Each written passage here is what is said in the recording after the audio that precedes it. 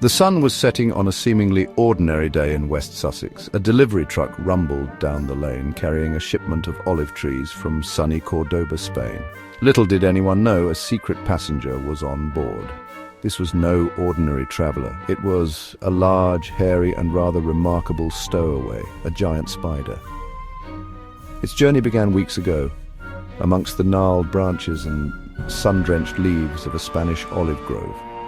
Seeking shelter, it had spun a silken retreat within the depths of a shipping container. Unbeknownst to the spider, its temporary home was about to embark on a journey across the sea, bound for the shores of Britain.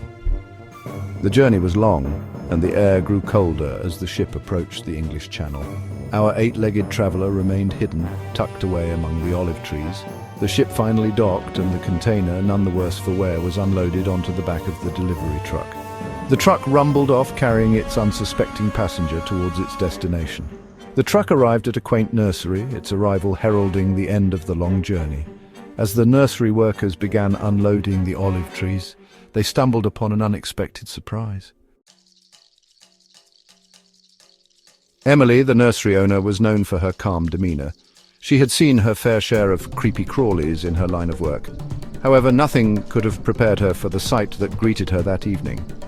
There, among the olive branches, sat a spider unlike any she had ever seen before. It was enormous, with a thick, dark body and long, hairy legs. Emily froze, her heart pounding in her chest. She cautiously approached the creature, her curiosity outweighing her fear. The spider remained still, its 8 eyes gleaming in the fading light. Emily had never seen anything like it in all her years of gardening. She cautiously took a few photos with her phone, careful not to disturb the spider. Emily knew this was no ordinary spider. She had a feeling deep down that this 8-legged visitor was something special. She decided to seek help identifying her unusual guest. She thought of her nephew, Thomas, who had just started university. Thomas, an avid nature enthusiast, would surely know what to do. Emily sent him the photos, her message buzzing across the miles to land on Thomas's phone. Thomas was scrolling through social media when his aunt's message popped up. Intrigued, he opened the photos and his jaw dropped. The spider was like something out of a documentary, a creature he'd only ever seen in books. He immediately recognized it as a species not native to the UK. He knew he had to act fast. Thomas, eager to help, posted the photos to a Facebook group dedicated to arachnid identification. Within minutes, the group, a hive of activity, lit up with comments and replies. Arachnologists from across the country weighed in, eager to identify the mysterious spider. After much deliberation, a consensus was reached. The spider was a Spanish funnel-web spider, scientifically known as Macrothele calpeiana. This species, known for its large size and distinctive funnel-shaped webs, was native to the Iberian Peninsula. It was an unusual and rather remarkable sighting in the UK. The experts agreed that the spider had likely arrived as a stowaway, seeking shelter among the olive trees. The question now was what to do with it. The news of this Spanish funnel-web spider's arrival spread like wildfire.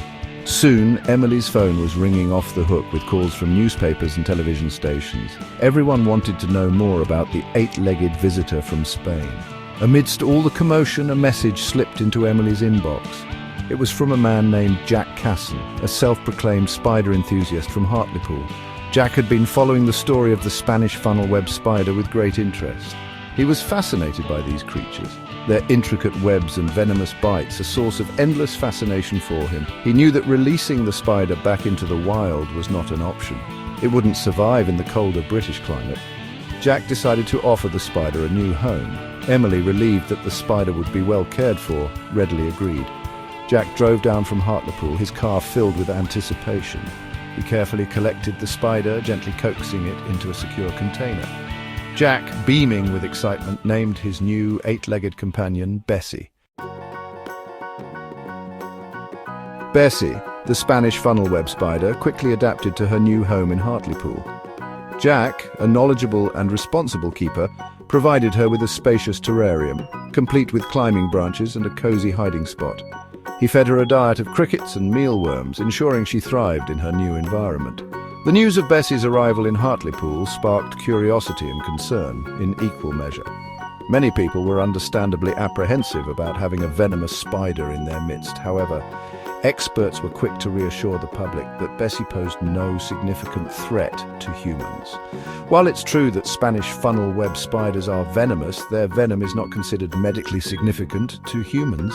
A bite from one would likely result in localized pain and swelling, similar to a bee sting. Bessie's story served as a reminder of the interconnectedness of our world and the surprising ways in which creatures can cross continents. It highlighted the importance of responsible pet ownership and the need to prioritize the welfare of animals, even those we might find intimidating. As Bessie settled into her new life, she became an ambassador for her species, challenging perceptions and fostering a greater understanding of the natural world.